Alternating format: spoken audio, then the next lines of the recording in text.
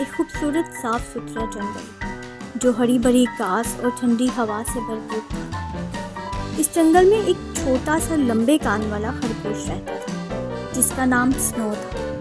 سنو جنگل کے ایک خاص حصے میں سبزیاں اگاتی اور ان کی اچھی طرح دیکھ بھال کرتی تھی۔ پورے جنگل میں سب سے زیادہ سبزیاں اگانا چاہتی تھی۔ دوپہر کے کھانے کے وقت سنو ایک گاجر توڑتی اور اس کے شاندار ذائقے سے مزے لیتی۔ لیکن ایک رات سب کچھ بدل گیا۔ جب سنو اپنے بستر پر جلدی سو گئی، اگلی صبح اٹھتے ہی سنو ایک میٹھی گاجر سے اپنی طبیعت فریش کر رہی تھی۔ سنو نے کچھ بہت ہی شرمناک محسوس کیا۔ بہت ہی غلط طریقے سے کسی نے اس کے سبزیوں والے حصے میں کینڈی کے ریپرز پھینک دیے تھے۔ سنو یہ دیکھ کر اور زیادہ حیران ہوئی کہ چاروں طرف 100 سے زیادہ ریپرز ایک ہی لائن میں بکھرے ہوئے تھے۔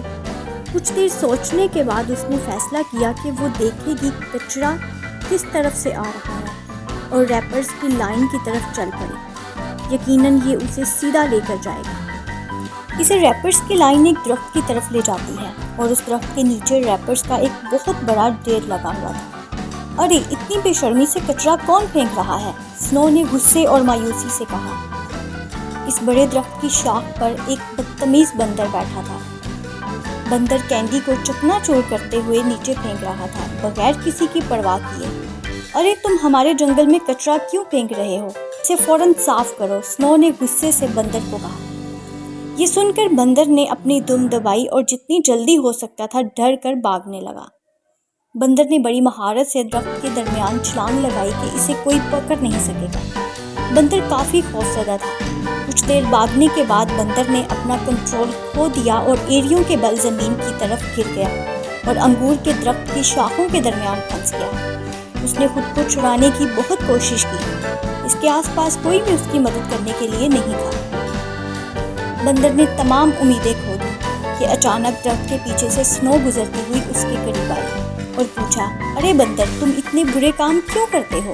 آپ کو کیوں لگتا ہے کہ آپ اس طرح چاروں طرف کچرا پھینک سکتے ہو؟ بندر کے پاس کہنے کو کچھ نہیں تھا، لہٰذا اس نے شرمندگی کے ساتھ سنو کی طرف دیکھا اور سر جھکا لیا۔ ٹھیک ہے فکر مت کرو، سنو نے کہا، میں تمہاری مدد کرتی ہوں۔ سنو نے بندر کو شاخوں سے چھڑوانے میں مدد کی اور اسے زمین پر اتارا اور کہا کہ کیا اب تم مہربانی کر کے صفائی کرو گے؟ بندر کو اتنی شرمندگی تھی کہ اس نے خاموشی سے سر ہلا دیا اور کام پر لگ گیا۔ آخری حصے تک جب تک جنگل پہلے کی طرح صاف ستھرا دکھائی نہ دینے لگا وہ صفائی کرتا رہا۔